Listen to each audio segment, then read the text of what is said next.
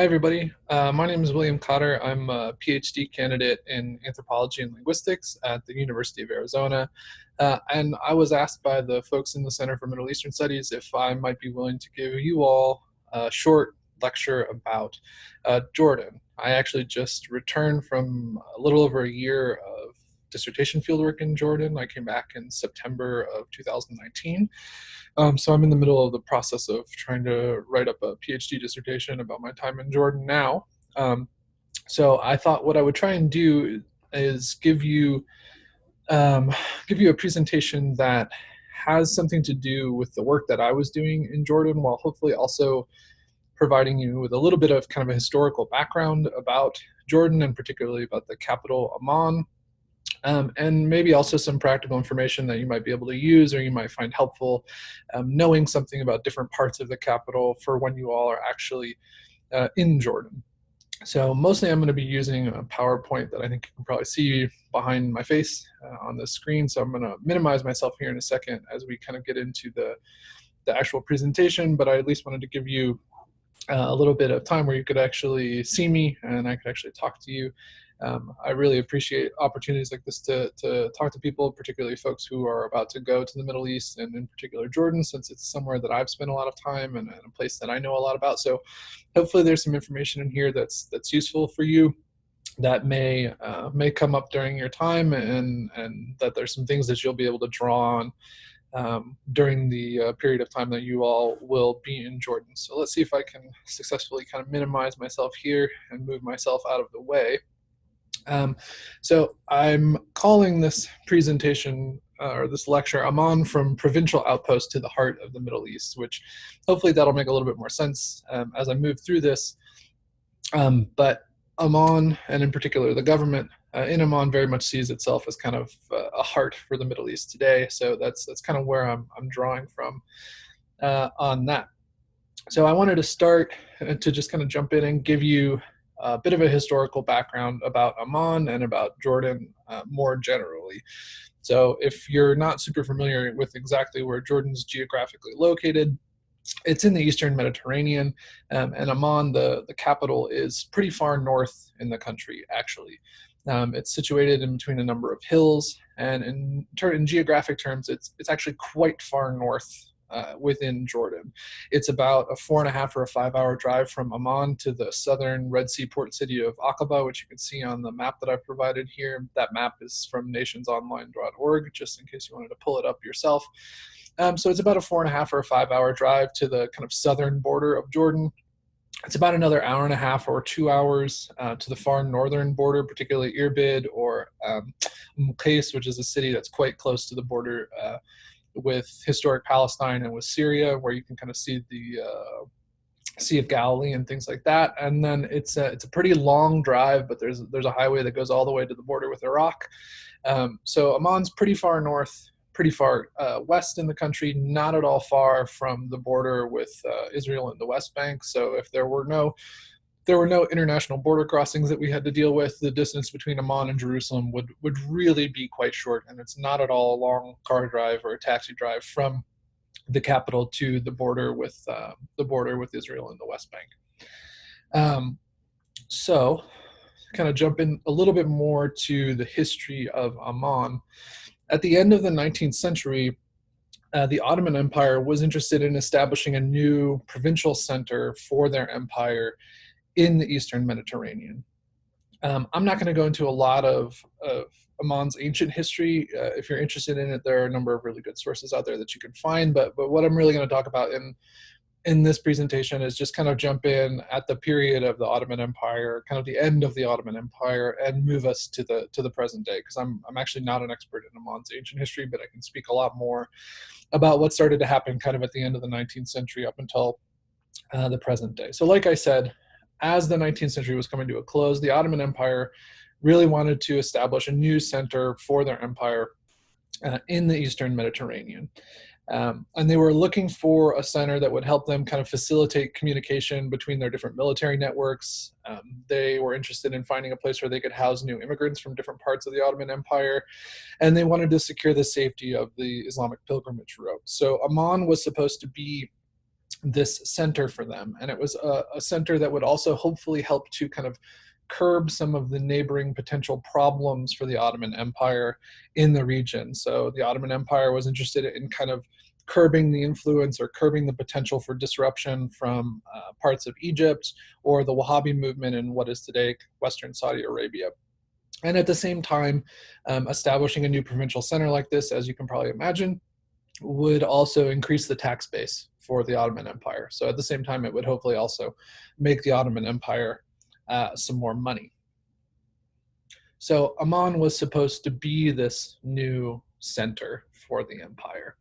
And it was also going to be home for, as I mentioned, they were interested in housing immigrants from different parts of the Ottoman Empire. It was going to be home for Circassian immigrants from the North Caucasus who were being resettled by the Ottomans. So they were going to strongly suggest that they be relocated to this new center of Amman. But Amman was never really supposed to be the capital or a capital of what would become Transjordan, and then later the country of Jordan. Amman was never envisioned really as being a capital city. It was going to be a provincial outpost, but there were other places that were more well suited, or that the Ottoman Empire thought had greater promise as a more prominent urban area. So Amman was actually kind of envisioned to as an urban space that would reinforce existing settlements that the Ottomans had, like Asult, which is roughly 30 kilometers north or northwest of Amman. So I'll show you a map here on this next slide. It's the same map from before.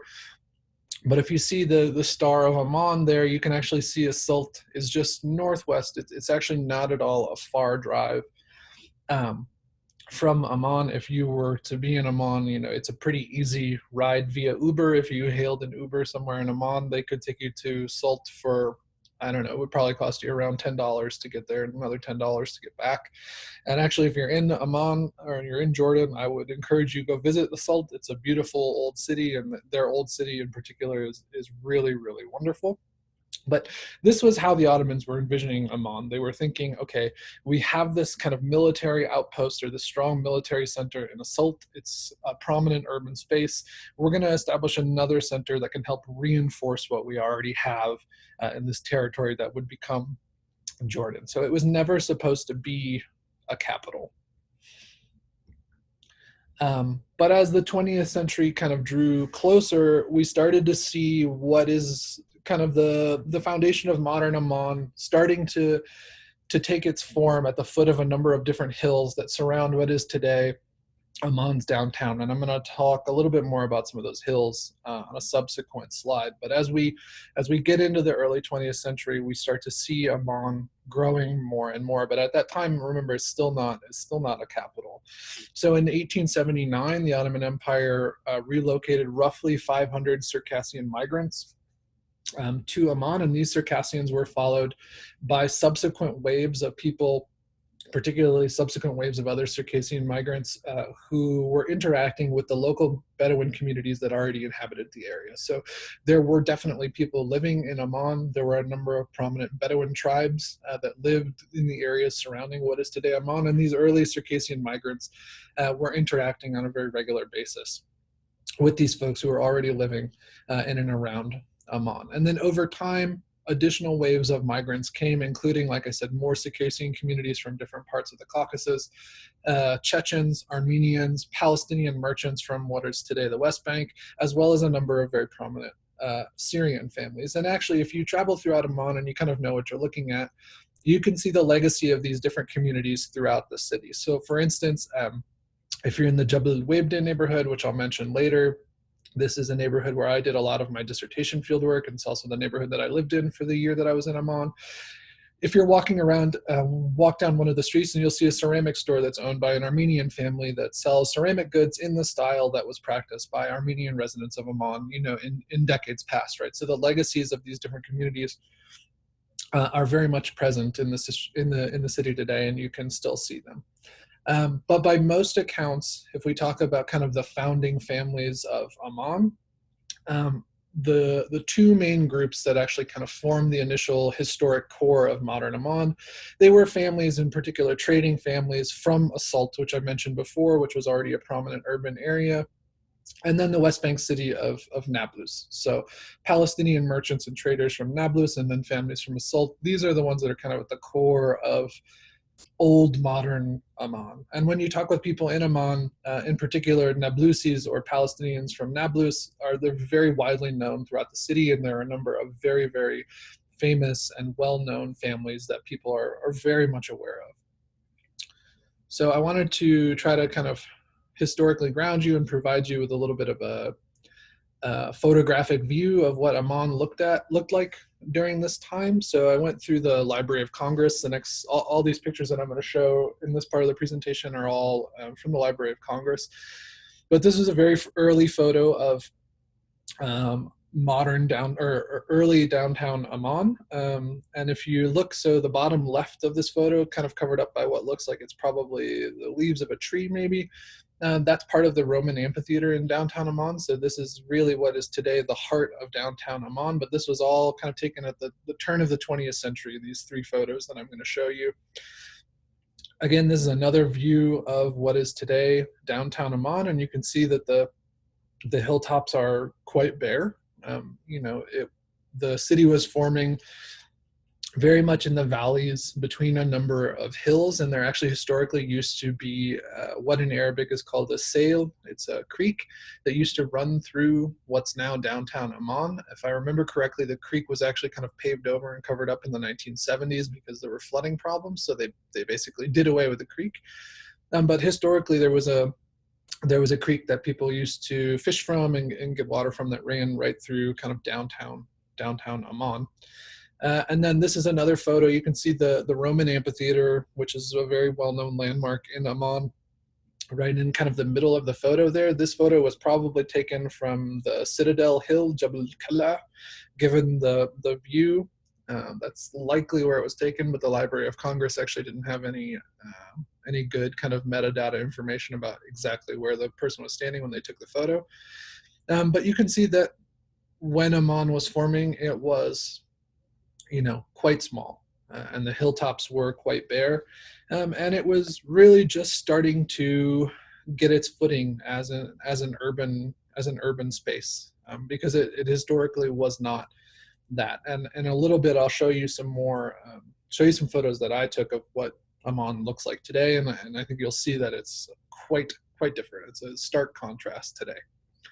So a little bit more about Amman's history. So I mentioned, that there were Palestinian merchant families coming in, Syrian families, as well as these Circassian migrants that were coming and being resettled by the Ottoman Empire.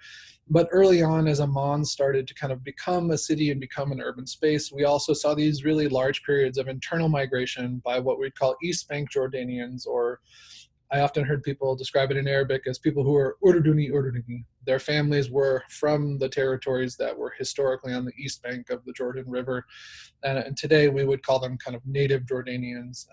We might differentiate them from Palestinians or from Jordanian Palestinians, so Jordanian citizens who are actually of Palestinian descent. But East Bank Jordanian is a term that you'll often see mentioned kind of in academic literature. So a lot of migration from the countrysides and other parts of what was becoming Jordan to Amman was occurring. And Amman started to kind of gain prominence as an urban area within the territory that was becoming Jordan. And then it finally became the capital of Transjordan in the 1920s. And that also coincided with political changes that were happening within kind of broader Transjordanian society as the Ottoman Empire was kind of falling apart. The monarchy in Jordan, or Transjordan, they started to basically buy the support of major tribal figures throughout the country, put them in positions of power. And what that effectively started to do was to shift the balance of power from the countryside, where Bedouin communities and tribal communities were living, which had historically been very big sources of power for the monarchy, for the regime. power started to shift from the countryside to the urban spaces. And in particular, Amman started to become more and more powerful and be recognized as a big urban area within Jordan, or within Transjordan. So one thing that many people, even if they don't know a whole lot about Jordan, they may have kind of heard this, is that after Israel was created in 1948, Jordan experienced a massive influx of Palestinian refugees. They took in hundreds of thousands of Palestinian refugees. And one thing that you'll find when you're in Jordan, you know, if you're talking with people and getting to know people, you'll find that many Jordanians are of Palestinian background. And they may very well be Jordanian citizens. And in fact, if their families came in 1948, almost all of them are Jordanian citizens. So they are legally Jordanian, but they may very well be ethnically Palestinian. And that was certainly something that I experienced a lot in my conversations with people during the year that I was in Amman. So following Israel's creation in 1948, you saw these really big influxes of Palestinian refugees, not only refugees who ended up in the refugee camps that were established by the United Nations, but refugees also living in the cities and living in the towns, and in both Amman and throughout other parts of the country. Then we also had kind of subsequent waves of Palestinian refugees in 1967 surrounding the period of the Six-Day War. And I'll pause for a second and talk a little bit more about that, because I think it's important to understand when you think about the history of Palestinians within Jordan. So many of the Palestinian refugees who came in 1967 after the Six-Day War, they have a very different status in Jordan than Palestinians who came in the period surrounding 1948. So Palestinians who came as refugees in 1948 are generally, they are by and large Jordanian citizens, and they've got, ostensibly they have full citizenship rights in Jordan, but Palestinians who came in 1967 are very overwhelmingly not Jordanian citizens. They're often referred to in society as Gazans, even though many of them aren't actually from the Gaza Strip, but they were often refugees in the Gaza Strip when the Six-Day War broke out in 1967. But the really crucial thing is that the vast majority of them don't have official Jordanian citizenship. They live in Jordan on residency permits. If I remember correctly, most of them are renewable like every 2 years.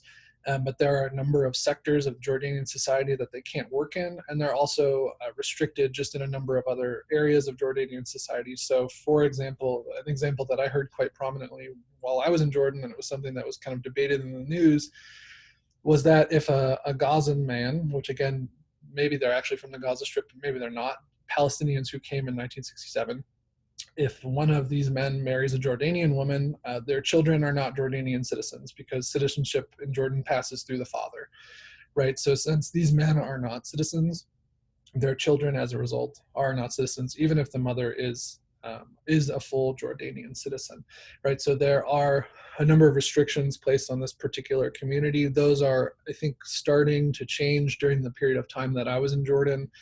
They started to open up the ability for these quote-unquote Gazans to buy property, which was something that they couldn't do in the past. But there was a big debate surrounding when Uber, rideshare platforms, were legalized, which happened while I was in Jordan recently. Gazan Palestinians could not work as Uber drivers. So there are still these kinds of restrictions that are placed on them, and that's something that if you're talking with people, it may very well come up, which is kind of why I wanted to pause and mention it for a second here. I'll also just note that there are 3 official United Nations refugee camps for Palestinians in Amman, and then there are many more unofficial camps, which, if you were to encounter them, would just look like neighborhoods throughout the city. If you try to understand, or if we talk about understanding the refugee situation in Jordan and in Amman, we also have to recognize the effect of the Second Iraq War and the war in Syria. So there were hundreds of thousands of Iraqi refugees, many of whom ended up in Amman after the war broke out in 2003 and after America invaded Iraq. Most of them have gone home at this point, but I mention it because there was a scheme put in place by the Jordanian government where many Iraqi refugees were actually able to gain official residency in Jordan, essentially because they could buy it. Many of the Iraqi refugees during the Second Iraq War were fairly well off socioeconomically. They were middle class or upper class Iraqi refugees, and they were fairly affluent. And if they were able to invest very heavily in Jordan, mostly in the form of real estate, they could actually get official residency. So that's a particular kind of legacy in Amman, and you can see that in Amman's urban space. In particular, the Le Royal Hotel, if I remember correctly, in Amman, which is a very large hotel that you cannot avoid seeing if you're in the capital, was built by Iraqis, and it's quite well known that that's a kind of legacy of Iraq's kind of enduring relationship with Jordan, but in particular, what happened after the American invasion in Iraq in 2003. At the same time, we also have to think about and talk about the war in Syria, which when that broke out, many Syrian refugees came to Jordan. Many of them are still there. You will probably meet and encounter them throughout the capital. There are Syrians spread throughout different parts of the city. But the main thing that you'll probably hear about when you're in Jordan is Zatari, the large refugee camp for Syrians, which at one point had, I believe, over 1 million people in it. I think that Syrian refugees have started to return home in some kind of limited capacity. There are still many in Jordan. But Zatari is the main kind of refugee center for Syrians in Jordan. That's much further north than the capital, though, and the likelihood that you'll really encounter it or interact with the infrastructure there, I would imagine, is fairly limited. It's also not a place that you can go visit, from what I understand. You need to have a very specific reason to be there, and you need to have permission to be there, which was not something that I had any occasion to do while I was in Jordan, because my research did not involve the Syrian community in Jordan.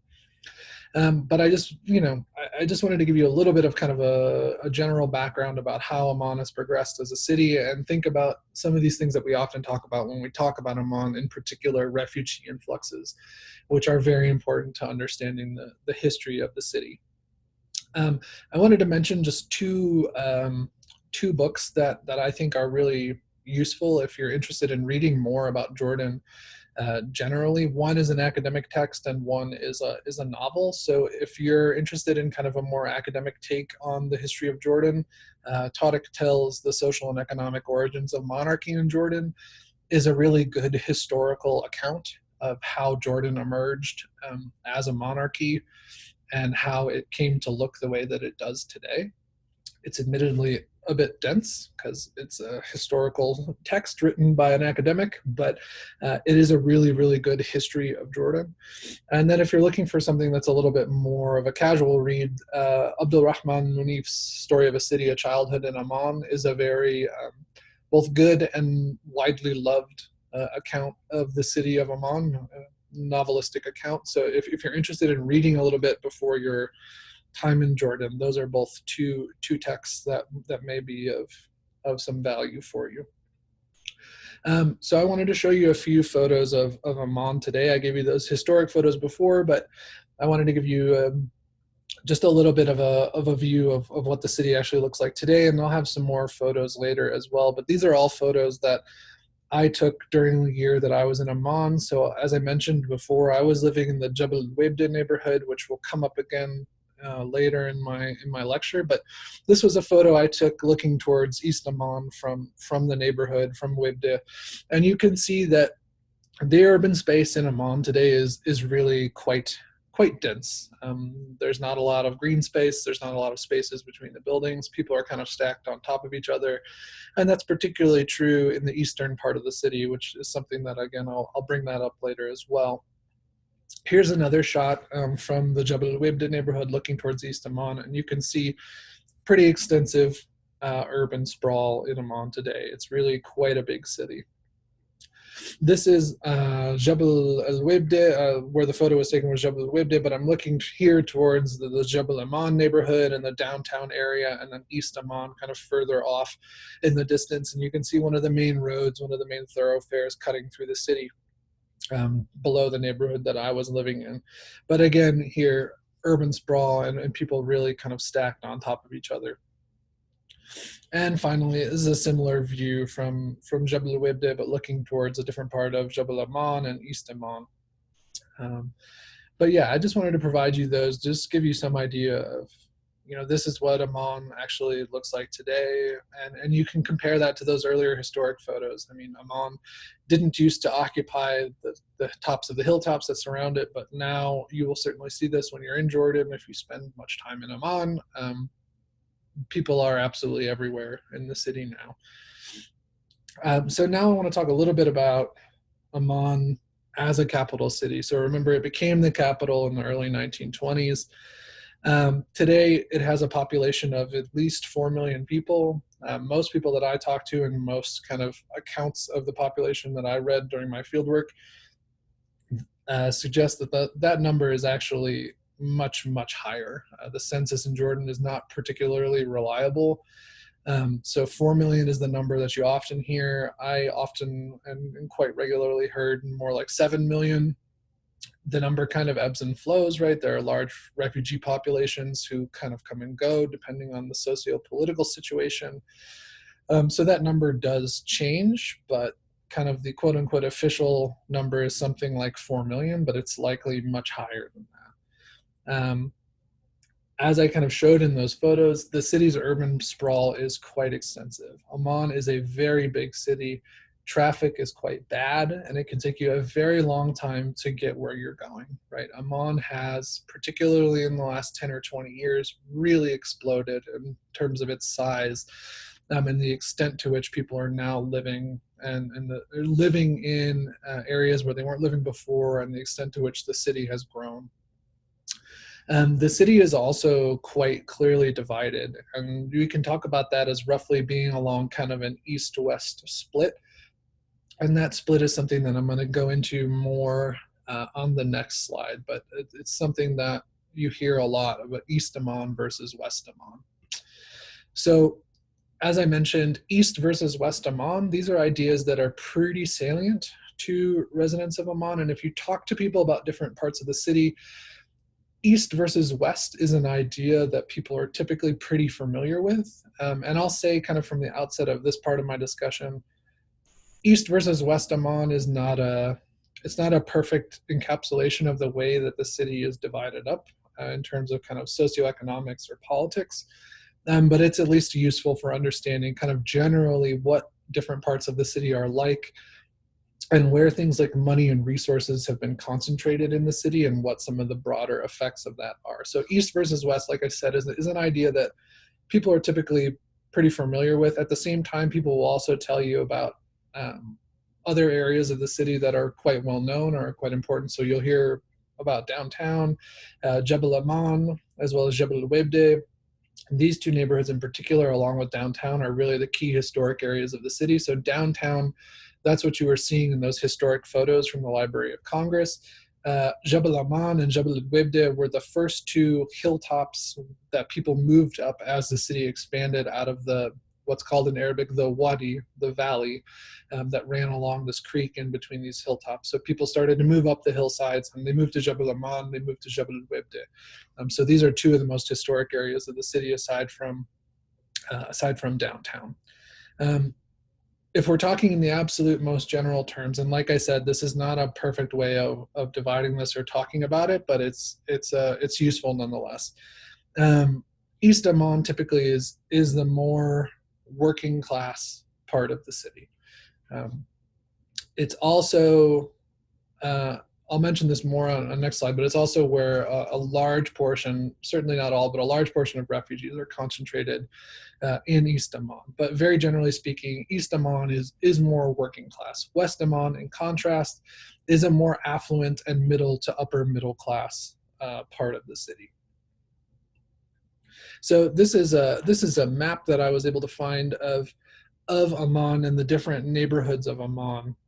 And I wanted to provide it for you just to give you a little bit of an idea. It's a little bit hard for you to probably see all of the detail in it, but in kind of the lower right-hand side of the screen, that's actually, or in lower right-hand side of the map, that's actually the downtown area.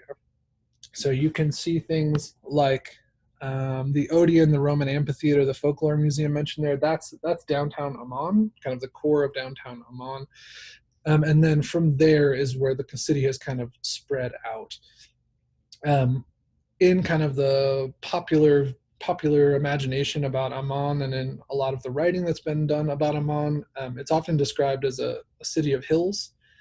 And that's because there are 7 or 8 different hilltops that kind of form the core of what Amman was and how it emerged. So you can see some of these on the map. So if you look to the right of downtown, or where I mentioned downtown was, you see Jabal al-Taj, Jabal al-Jofe, Jabal al-Ashrafiyya, right? These are 3 core areas of what is today probably considered East Amman.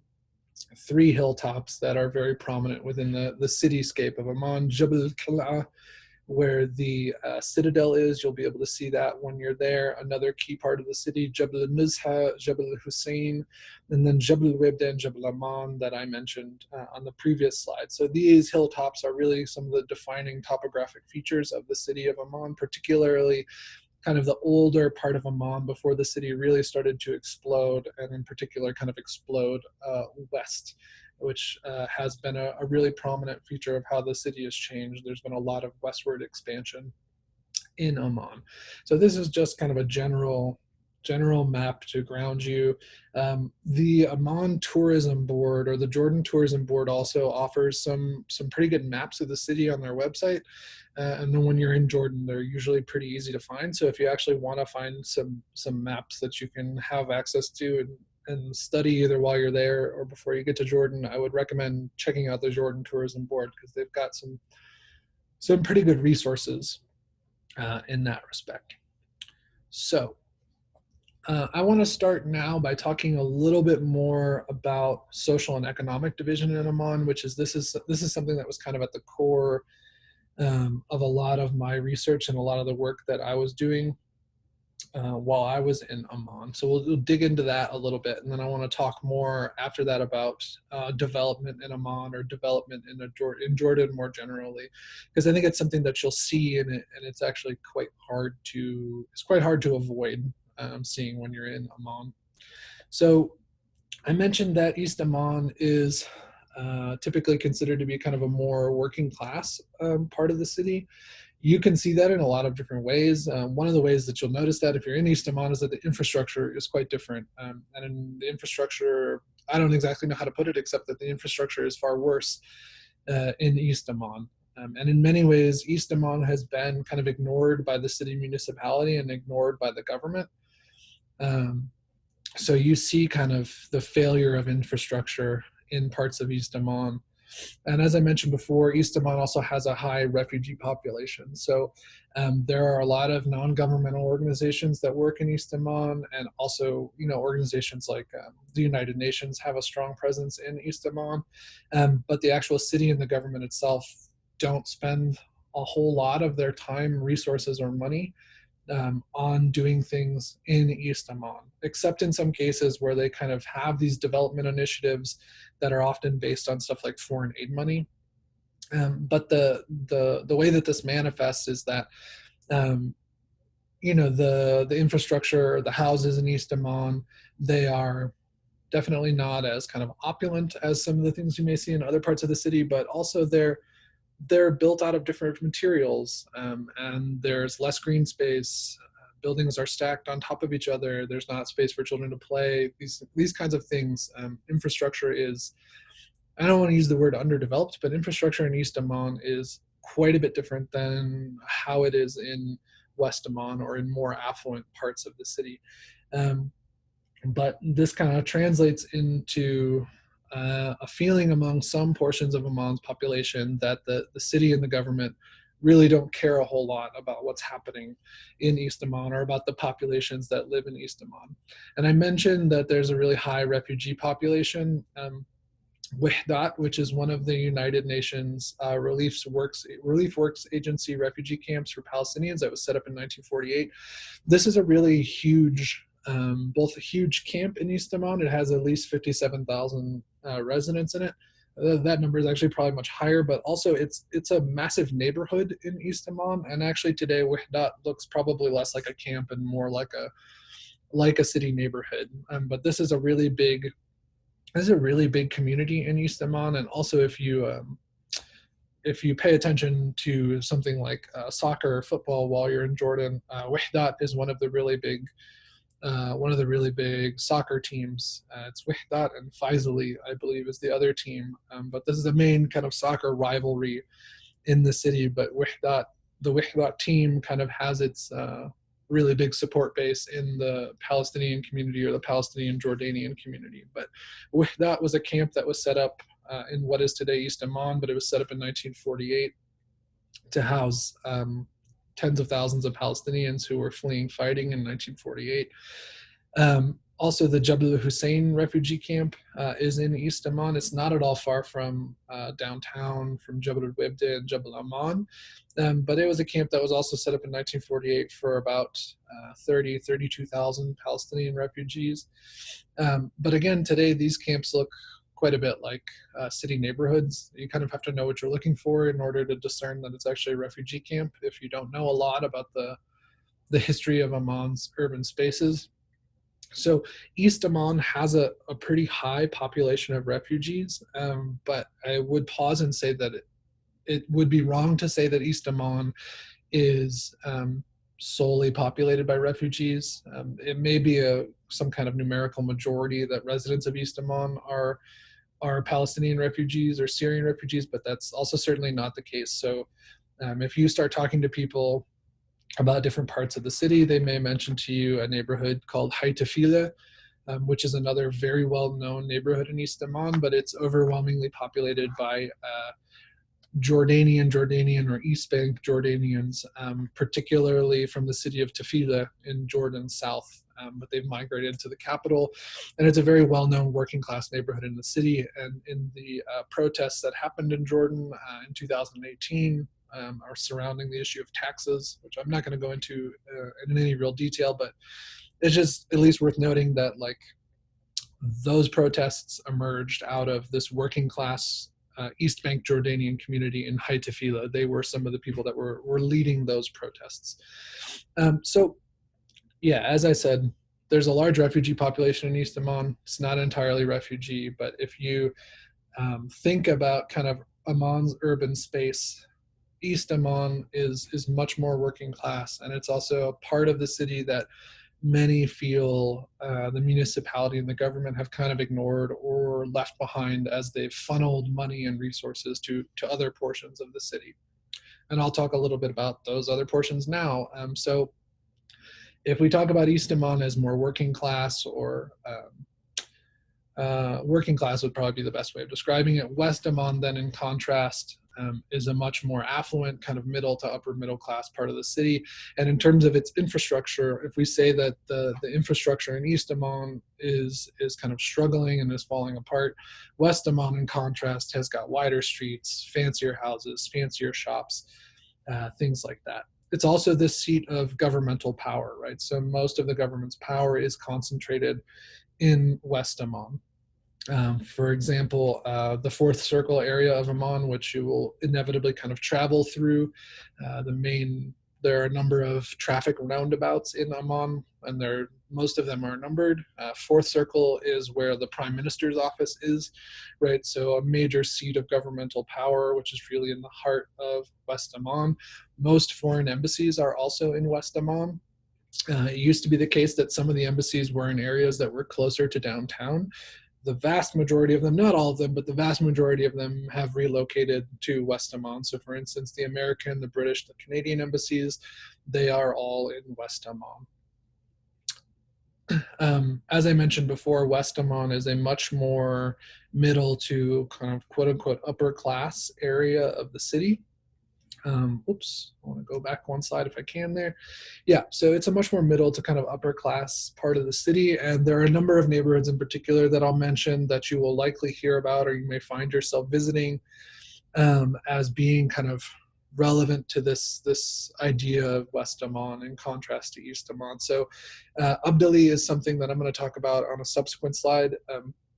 It was a historic area of the part of Amman not far from downtown. It was where the Jordanian military was headquartered.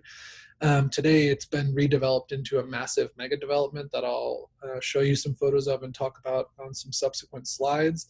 But it's now very much part of what we could consider to be West Amman. Abdoun is another major West Amman neighborhood. My interlocutors that I talked to during my fieldwork typically described Abdun as being a place where a lot of quote unquote new money was concentrated. So Abdun is a very ostentatious and flashy part of the city. It's also where the American embassy is, the British embassy is there. If you wanted to get yourself a raw vegan meal, you would get it in Abdun as opposed to in downtown Amman. You'll also likely hear about Shmeisani, which was historically Amman's major financial center. Most of the banks were concentrated in the Shmeisani neighborhood. It was also a part of the city that used to be kind of one of the most upper class areas of the city. It used to be called the Beverly Hills of Amman. Today, its status, I think, has changed a little bit, but it's still kind of a major financial area for the city. You may also hear about Deir Khabar, which is in West Amman, another West Amman neighborhood, and Dabuk, which is quite a bit further west. If I remember correctly, that's actually where the royal palace is located and where the king and his family live today. So I just mentioned a few neighborhoods to kind of give you a general idea of different parts of the city. So I'm talking about Amman as kind of an east-west split, but it's worth noting that there are some parts of Amman that were kind of always more middle class. So I mentioned Jabal al-Webde before as a neighborhood that was one of the first hilltops that people started to populate as they moved out of the downtown area of Amman. Jabal al-Webde, as I mentioned before, was where I lived during my fieldwork. This was historically a middle-class residential community. It had and still has a working-class community as well. But if you were to look at and talk to some of the older residents of the neighborhood, this was always kind of a middle-class, quiet residential community. As well, Jabal Amman. This was a middle to upper class area of the city. And it used to be one of the most expensive and one of the most prestigious parts of the city, and in many ways it still is. It's got some of the most beautiful architecture in the city. It's where a number of embassies used to be. The British Council is there, some very prominent schools. The Islamic school is in Jabal Amman. These are two neighborhoods that were always kind of middle to upper middle class. As I mentioned before, we could talk about Abdun as well, which I said before, it's one of the most flashy and kind of ostentatious areas of Amman. But I'm mentioning it here because I believe when I was talking about this on the previous slide, I mentioned that people often talk about Abdun as being kind of a new money place in Amman, which is kind of relevant if you think about how the city has expanded. Abdun today is filled with these absolutely massive mansions and villas, and all of these embassies are concentrated there. But not that long ago, Abdun used to be agricultural land. And actually, right before I left Amman to come back to the United States, my lease with my apartment had ended, and I stayed in an Airbnb for a week in Abdun because I needed a place to stay. And ironically enough, this is a place that used to be agricultural land, and I happened to be walking around one afternoon, and there was a shepherd who had a massive flock of his sheep, who was kind of walking them down the street in Abdun by all of these massive villas because it's still surrounded by agricultural communities, right? So this is actually a very new part of the city, and the city has expanded, as I mentioned, west quite rapidly. So although we had these neighborhoods like Jabal Amman that were historically middle and upper class areas of the city, there are these other parts of the city that are really actually quite new, and Abdun is one of them. So I want to talk now a little bit about this idea of what I was referring to as kind of quote unquote developing Amman, which is it's a very prominent idea kind of within the thinking of the city and within the thinking of the government as it relates to the capital, or as it relates to Amman as a capital, the idea that the capital kind of needs to be developed further. So if we talk about kind of development in Jordan more generally, the idea of developing the country or developing the capital specifically kind of began under the reign of King Hussein in the 1980s. This was a period where, if you look at kind of the economic history of Jordan, Jordan began to open itself up to the global economy, and that's something that happened in large part because Jordan's domestic economy crashed when the price of oil crashed at kind of the end of the 1970s and into the 1980s. because so many Jordanians were working in oil-producing countries. They were working in the Gulf, and they were sending their money back in the form of remittances to their families in Jordan. But all of a sudden, the price of oil crashed. These Jordanians working abroad, they couldn't work anymore. They were losing their jobs. And as a result, the local Jordanian economy completely crashed. And it's worth mentioning, Jordan has no oil itself. It's not an oil producing nation. And a large portion of the national revenue was actually dependent on money being sent back from Jordanians working in the Gulf countries. So what ended up happening was that Jordan had to, in an effort to fix its economy, which had completely fallen apart, it had to turn to organizations like the World Bank and the International Monetary Fund to try to keep the country afloat. So what that meant was that Jordan became tied to the global economy in ways that it hadn't been before, right? It hadn't engaged on kind of a global economic level in the way that some other countries around the world had at that time. But by going to the International Monetary Fund and going to the World Bank and saying, we need help, our economy is not as strong as it needs to be, and the government admitting and saying we need outside assistance, Jordan was now linked directly to the global economy, and that became even more prominent because of the recommendations that these organizations like the World Bank and the IMF were making to Jordan in an effort to get them to kind of change how they were doing things, and as a result, offering up loans and offering up financial assistance to the government. The government had to meet certain benchmarks and had to do certain things in order to get that money. The result was that the IMF and the World Bank told the government that they needed to do things like do away with government food subsidies, reduce or lock government salaries in place. Let's see, what other kinds of things? I mean, those are two of the big ones that people often mention. The Jordanian government used to provide pretty substantial food subsidies to its citizens, and government salaries used to be quite good. Those salaries were frozen. Those food subsidies were largely done away with, and these things were done at the recommendation of organizations like the International Monetary Fund. And at the same time, these organizations told the Jordanian government that the government needed to increase things like foreign investment into Jordan. They needed to do things like privatize their national industries. They needed to do all of these different things, which would both tie them to the global economy, but also make it so that these organizations would actually give them financial assistance in an effort to try to right or fix the local economy.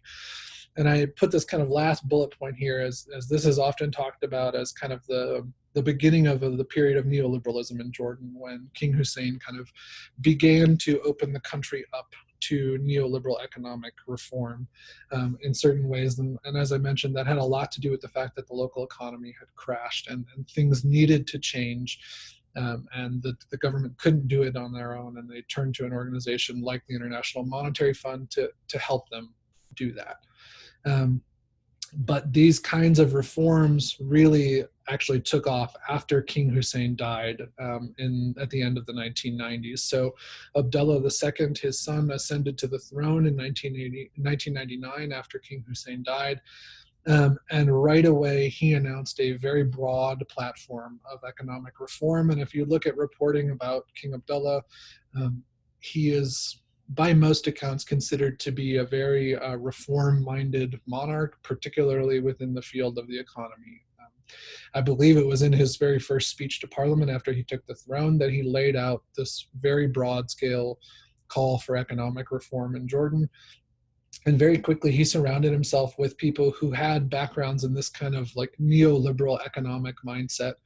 And those are the people that came to form his very close Royal Economic Council. I don't know if that's the exact name that he gave to it, but he has a very close council of economic advisors, and these are people who have historically been trained either in institutions that think about economics in this way, or have worked at organizations like the International Monetary Fund and the World Bank. So he immediately started to reform Jordan's economy. He began to push for very, very broad, very large-scale foreign investment in Jordan, trying to get foreign businesses to open up and invest in the country. He also privatized national industries. So the phosphate mining and potash were two big national industries in Jordan. Those have now both been, I believe, fully privatized. Royal Jordanian, the state airline, is also now privatized. So these were things that happened under King Abdullah's rule after he came to power after his father's death, and have really changed the way that the country looks, and the way that particularly that the Jordanian economy looks. And one of Abdullah's other really big goals is that he wants to make Jordan an economic hub for the region. If you look at his speeches to the World Bank or his speeches at the United Nations, he talks quite extensively about the fact that in his mind, Jordan is at kind of the intersection of a lot of different economic markets within the region and within the world. And he wants Jordan to be this place where people from all over the world come to do business. And he wants Jordan to be a major economic destination, both for the Middle East and North Africa, and really for the world. And that is very much part of his view about how the country can be developed, how the country can move forward, and in particular, he positions Amman as really the center for that, right? Amman is going to be kind of a new heart for the region, or a new economic heart for the Middle East. So as I said, Amman is central to the king's plan to make Jordan an economic hub. And he has undertaken, and his government, his administration has undertaken some really broad initiatives throughout the city to try to bring development and bring investment, particularly, like I said, foreign investment to the capital. He wants to, and he's done a lot of work since he took power in 1999 to try to make Jordan a really easy place for people to do business. So I won't go into this stuff too much because we're getting into the weeds of the things that I'm interested in my research that many of you probably don't have a whole lot of concern with. But the government has done a lot to reduce bureaucracy and reduce the kind of red tape that's associated with foreign businesses opening offices or opening operations in Jordan. It's now very, very easy for a foreign business to open up in Jordan and to do their business in Jordan. And that's part of his kind of economic vision, is that if we want to make Amman this kind of global business capital in the world, we need to make it easy to do business in Amman. And that's something that has very much taken place. But one of the other places where you can really see the king's push for investment and development is actually in Amman's urban space. So since 1999, over the last 3 decades or so, the urban space of the capital has changed so dramatically, and the look and feel of the city has changed really drastically. Real estate development is now very big in Amman. I think that that's kind of waning a little bit, but there was a very big period where real estate development absolutely exploded in Amman. So for instance, I first visited Jordan in 2009, and then I came back again in 2015 for some pilot field work before my dissertation. So much changed in that period of time. Amman looked dramatically different from when I was first there in 2009 to when I came back in 2015. And then coming back again in 2018, it changed even more. And a lot of that has to do with really large-scale real estate development projects in Amman, as well as in southern Jordan, which I may mention a little bit later on a subsequent slide. Now we see a number of kind of mega projects that have propped up throughout Amman, one of which I'm going to talk about in more detail on subsequent slides. But mega projects and luxury real estate development has become a really, really big thing in Jordan, and in particular in the capital. So kind of the most ostentatious, luxurious apartments. You're seeing these buildings popping up all over the city now. But these are properties that the vast majority of Jordanians cannot afford. So one of the questions that people quite often ask is, who is this stuff actually for? And it's for foreign business people, it's for visitors from the Gulf states, right? It's actually not, this is not real estate, and this is not housing. That's actually for Jordanians who live in Amman. But you're starting to see a lot of these projects popping up now. Abdullah is what I'm going to talk about. It was one that I'm going to talk about in a second, but some other ones that you might kind of encounter if you're moving around the city. The St. Regis is another luxury development. There's one called Greenland. There's one called Andalusia. A lot of them are located on the road that goes to the airport, so you might see them if you're coming and going from Amman's airport. There are a lot of them happening now throughout the city. One other point that I wanted to make here, there was this really big period of real estate development in Amman, but you're also probably going to notice when you move throughout the city that there are places where this stuff has quite visibly failed. There are some really big kind of developmental failures in Amman that people are not particularly proud of, but you do see them. So one that I'll just mention because it's got kind of an interesting history to it, the Jordan Gate project. So I mentioned before that Amman has a number of traffic circles that are numbered. And I believe I said that the fourth circle is where the prime ministry is. By sixth circle, you will see two massive skyscraper towers, but you'll notice that they are unfinished. And you'll see cranes hanging from them and cranes around them, but you won't see anyone actually working on them. That's the Jordan Gate project. It began in the kind of mid-2000s. They were supposed to be the tallest buildings in Jordan, but they have just stood unfinished for years. They've lost financing. They had accidents. There were fires, crane collapses.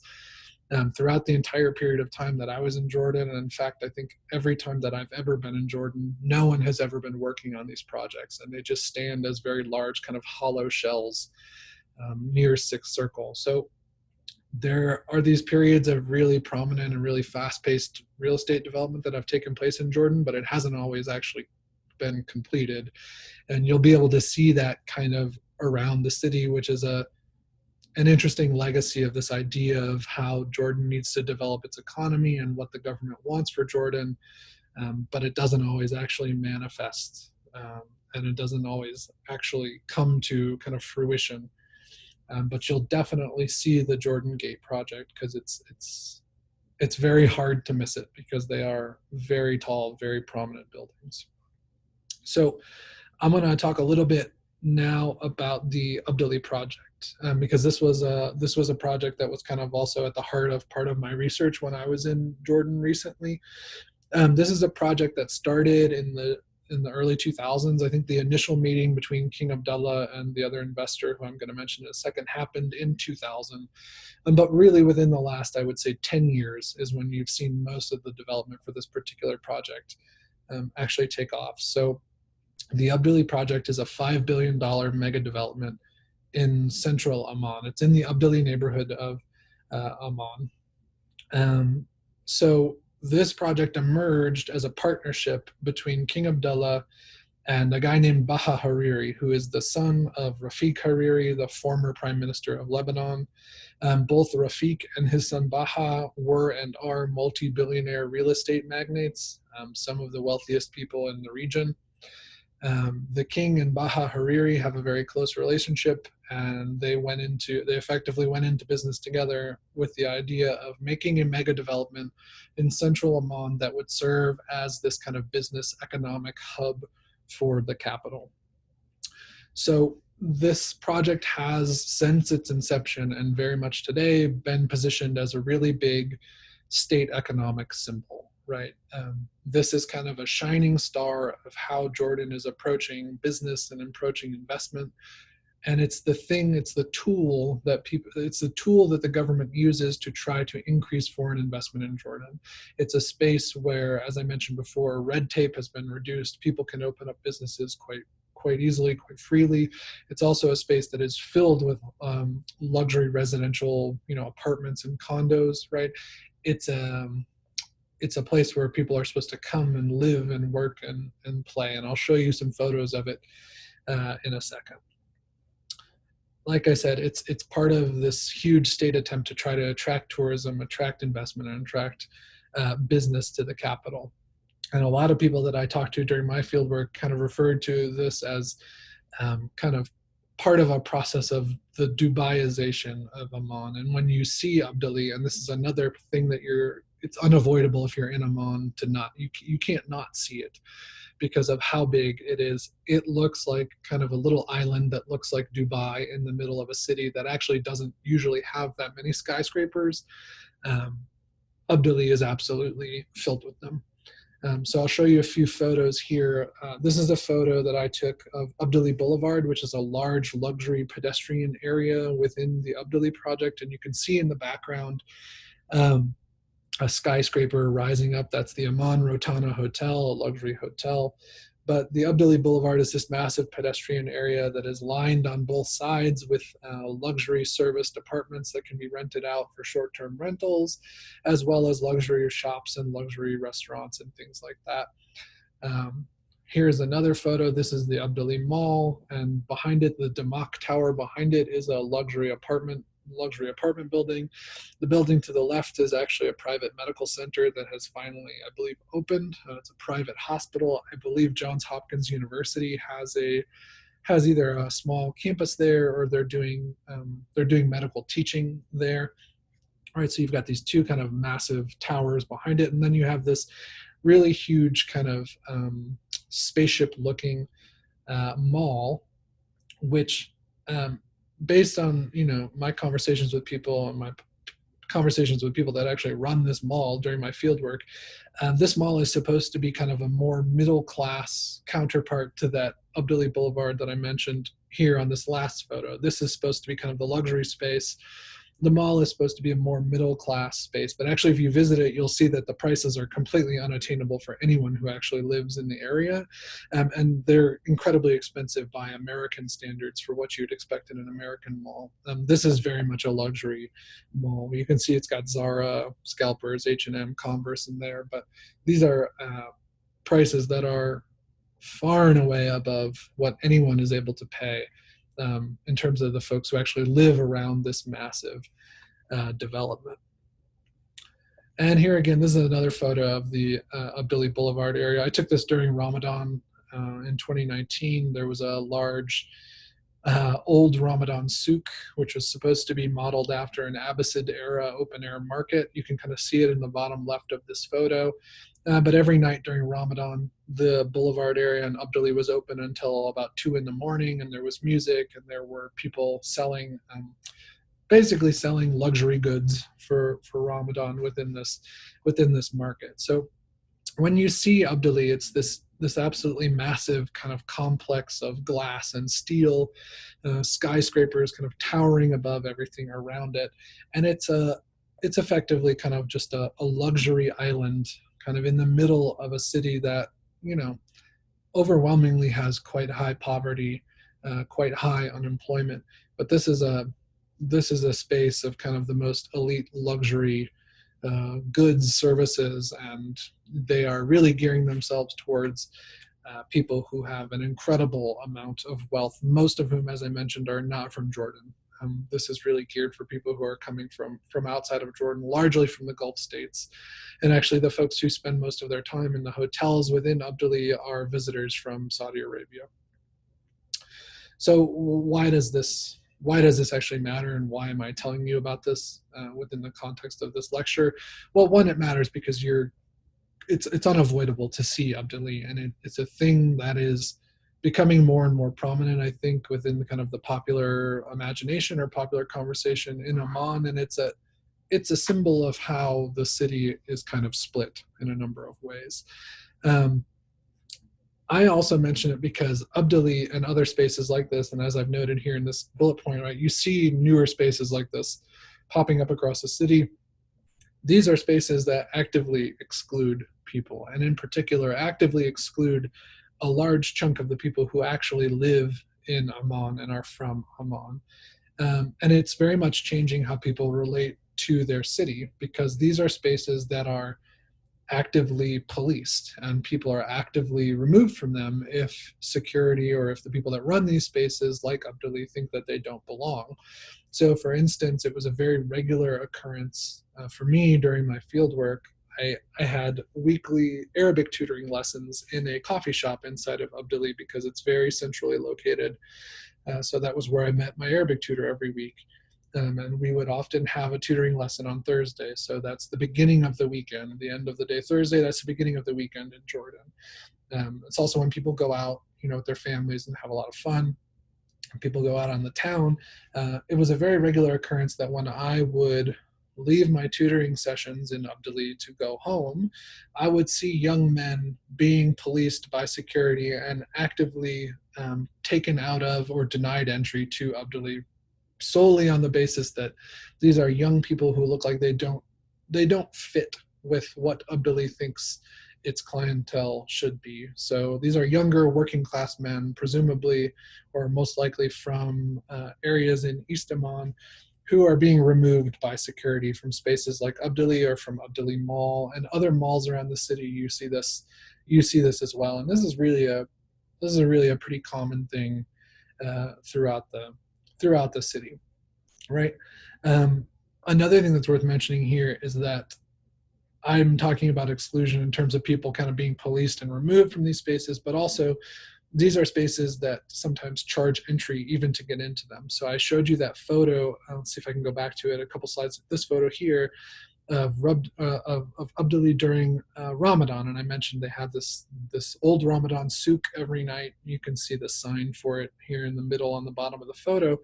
This was something that you had to pay to get into. You had to pay 2 Jordanian dinar to get into Abdullah during the evenings during Ramadan, which is about it's a little bit under $3, I think, which doesn't seem like a whole lot.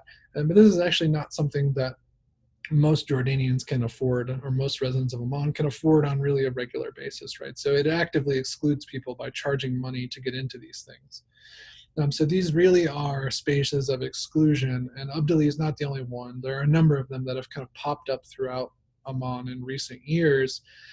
And Amman, as I mentioned before, Amman has been divided socioeconomically for a long time, but these are spaces where it's now becoming quite active, that certain groups of people are kept out or are excluded from what's happening. And the broader result of that, right, is that if Abdullah is supposed to be kind of a symbol of Jordan's economic development, and it's supposed to be a central hub for business in Amman, well, at the same time, then people are being told that they're not a part of that, or that they're not supposed to be a part of that, or that the government or the people that run Abdullah don't think that they have a place in that. So if a project like this is supposed to be part of the state's vision for what Jordan will be and how it will be central to the world, then it's telling a large portion of its own residents that they're not part of that vision by excluding them. So projects like Abdullah are part of a broader pattern where the city spaces are changing really rapidly. And I mentioned that this project in particular started in 2000, but really within the last year, or within the last 10 years, did you actually see it take off a lot. And actually, I think the Abdullah Boulevard opened, I believe, in 2014. It was inaugurated by the king in 2014.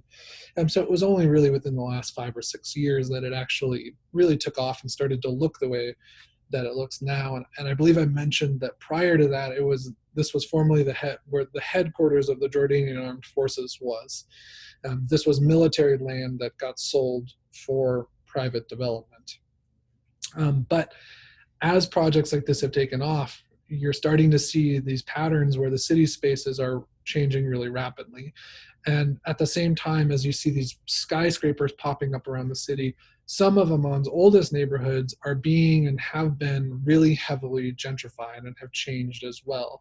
So the result is that neighborhoods like Jebel al-Webda that I mentioned before and Jebel Amman are becoming unlivable for the neighborhood's historic residents. People can't afford to live there anymore, particularly if they're from working class communities that may have lived there in the past, because now these neighborhoods have become gentrified. They become so popular among young Jordanians, among kind of middle to upper middle class Jordanians, as well as among expatriate visitors to Jordan, that a lot of people can't actually afford to live in these neighborhoods anymore. So I mentioned Jebel Amman, and the gentrification of Jebel Amman happened surrounding a particular development project called the Rainbow Street Urban Regeneration Project. That took place in the mid-2000s. If you're into Amman, I encourage you to go visit Rainbow Street. It's where a lot of popular cafes, coffee shops, bookshops are. A lot of tourists like to go there. A lot of Jordanians like to go there as well. But this project in particular was kind of a symbol of the gentrification of this particular neighborhood.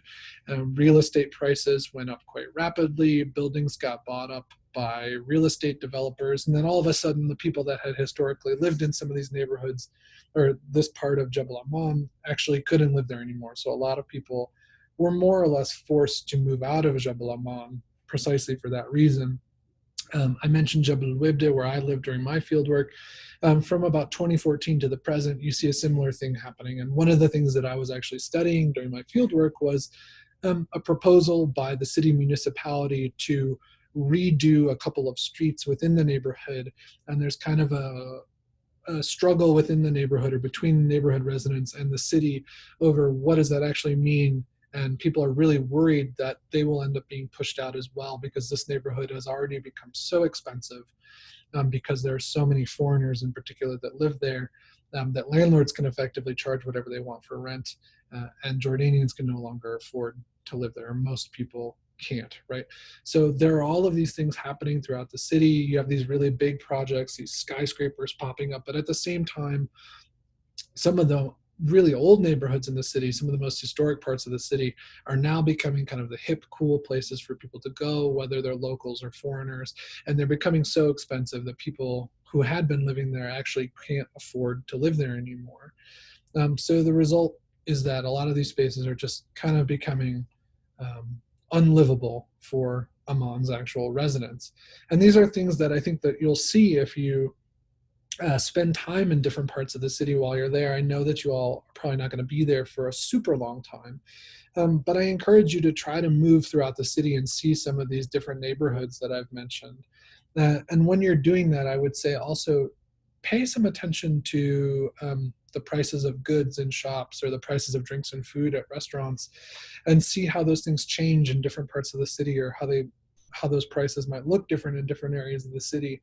And at the same time, listen to the languages that you hear people speaking, and see where, for instance, expatriates or tourists seem to be congregating, right? Because these are neighborhoods that quite often were historic centers for residents of the city, but now are becoming spaces that are kind of overpopulated by tourists or by foreigners. And this isn't to say that as a visitor that I don't think you should go to any of these places, because I think that you should.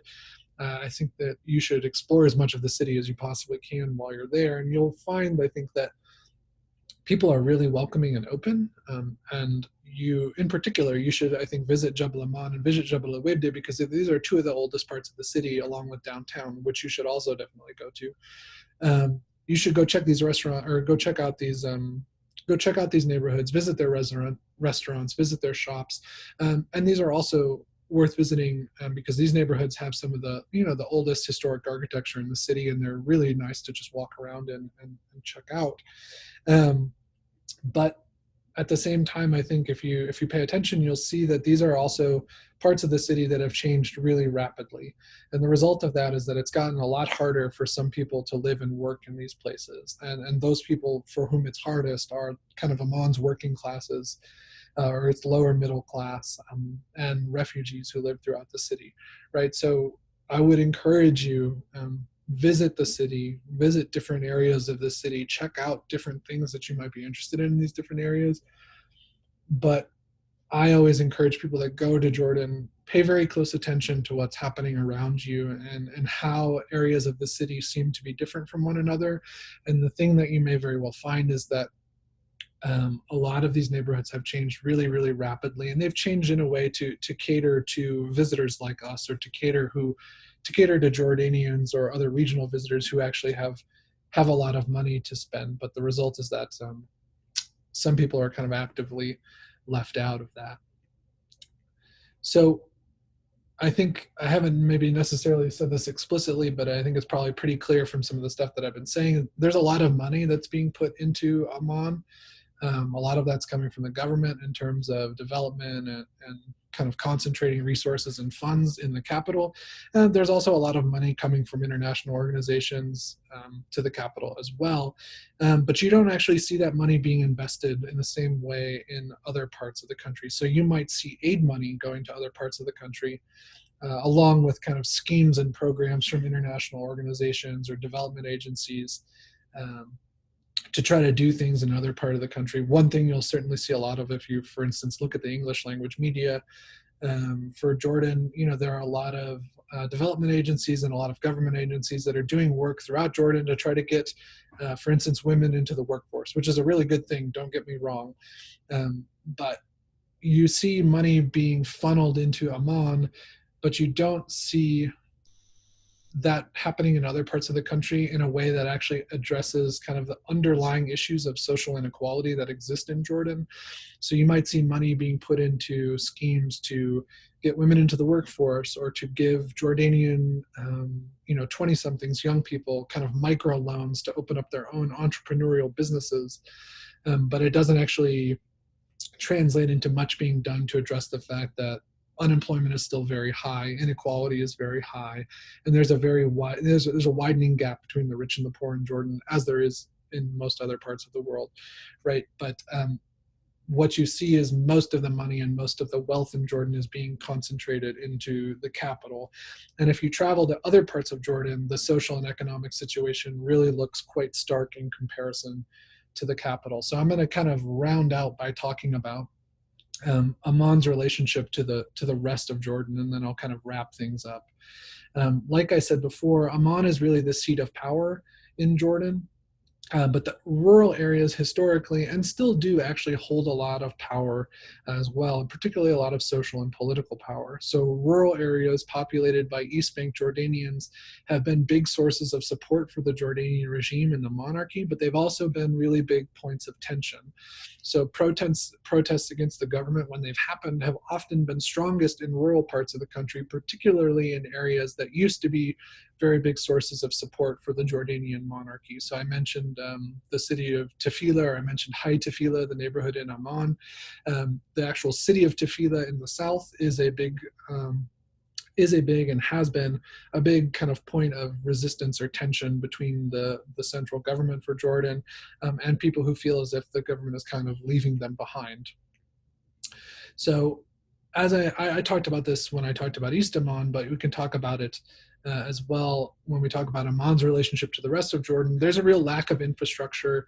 There's a lot of kind of economic disparity, lack of jobs, unemployment's quite high throughout the country, but those issues are particularly acute in more rural areas of the country, right? Rural areas are by and large far worse off when it comes to these issues than the capital is, although there's a lot of widespread poverty and unemployment in the capital as well. But the result is that there's a tension between big urban spaces like Amman and some of the more rural parts of the country, even if there are still cities in these more rural areas as well. So I can mention three of them, right? Karak, Tafila, and Dibam, right? These are smaller cities that are in other parts of the country, in more rural areas of the country, but they're still cities. But the thing that you would find if you were to go there and spend some time there is that unemployment is quite striking, infrastructure is quite lacking, right? And these are places where residents feel as if their issues are not being addressed. And in many ways, their issues are kind of being sidelined as the government focuses its attention on the capital itself. So, as I mentioned, as wealth, or as kind of the appearance of wealth and investment, have grown in Amman, that's not something that's occurred evenly across other parts of the country. I'll mention kind of one caveat here. Aqaba, the southern port city with the Red Sea, is another place where you're seeing similar kind of sky-rise luxury development taking place. And the government is trying to make Aqaba both a tourist destination and also itself a business destination. I won't go into it in any detail, but there are a lot of government schemes to get people to try to open business in Aqaba, and there are a lot of tax incentives for that as well. And there's also a lot of luxury real estate development happening there. But the idea is that, as wealth is growing in Amman or in Aqaba, it's not occurring evenly in other parts of the country. And that's something that I would encourage you all to keep in mind, because although I would say, Amman is a really beautiful city, and it's a city that I really love to visit and love to spend time in, it's also a bubble. And in many ways, it's quite disconnected from what's happening elsewhere in the country and the concerns of people, particularly kind of the upper middle class in Amman.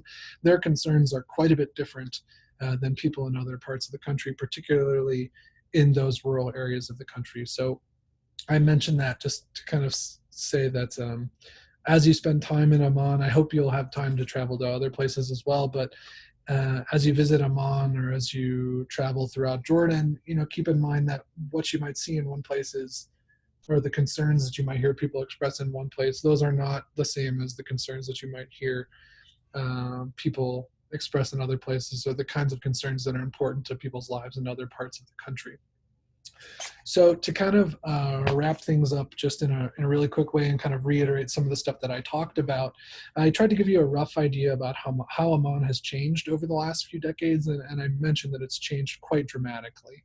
There have been huge influxes of refugees, beginning in 1948, but that's something that certainly was renewed since the Second Iraq War in 2003, and even more so since the war in Syria began. Really large numbers of refugees coming into Jordan and into Amman in particular. I also talked to you about how the king, Abdullah II, has really pushed for development and economic reform in Jordan. And the result of that being within the context of the things that I've been most interested in is that the urban space of Amman has changed really, really dramatically over the last 3 decades. And we could ask the question, and I think I alluded to this, of who is that economic reform or development for? And if you talk to Jordanians and you see the situation on the ground, you find that it's by and large, it's often not viewed as being reform for most of the people that actually live in Jordan or live in Amman. A lot of this is development, is investment, is reform that benefits certain groups of Jordanian society or certain investors over many of the residents of cities like Amman. So we're now seeing pretty clearly that there are people that are being kind of left behind as these big kind of development initiatives have taken place. And I gave you this example of Abdullah as a space that is supposed to be kind of a major economic symbol for the state, but at the same time, it's one that actively excludes a lot of Jordanians from ever really taking part in it. So I'll kind of conclude by saying that I hope you all enjoy the time that you're able to spend in Jordan, and I would just encourage you to kind of maybe take something from the toolkit that anthropologists often use, and I'm very much coming at this from an anthropologist. Just try to pay really close attention to what you see around you, both in Amman and in other parts of the country, and really think about how things look or might feel different. And I hope that you have the opportunity to spend some time talking to Jordanians as well about their experiences as you kind of learn more about what's happening in the country. But pay close attention to what's going on around you, and try to get a feel for how some of these spaces, both in Amman and in other parts of the country, might look and feel different, because I think that'll give you some window into what's happened in Jordan over the last 3 decades or so, and how that might not affect or how that might not benefit everyone evenly. So I'll kind of wrap up there. Thank you all for your attention, and I hope you have a wonderful time when you're in Jordan. It's a fantastic country, and I look forward to going back, and I'm excited for you all to have the opportunity to go there as well. Thanks so much.